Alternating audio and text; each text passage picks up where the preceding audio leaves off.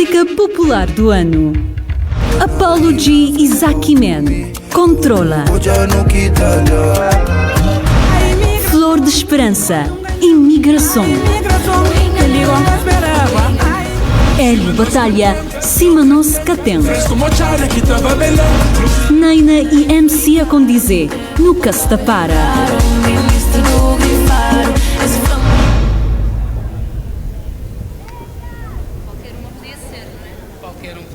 Qualquer uma podia ser a música popular do ano, não é? Mas Lura, vais abrir o envelope e dizer qual foi a música que marcou o ano 2024 em Cabo Verde e que nós todos temos na nossa playlist de certeza.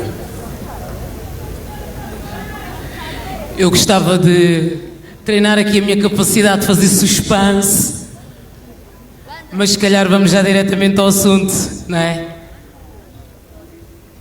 Façam aí um... Magic Pá.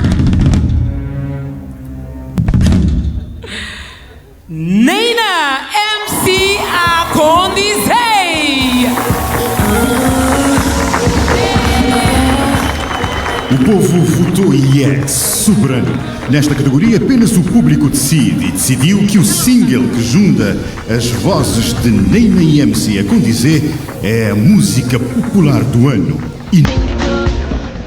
Boa noite.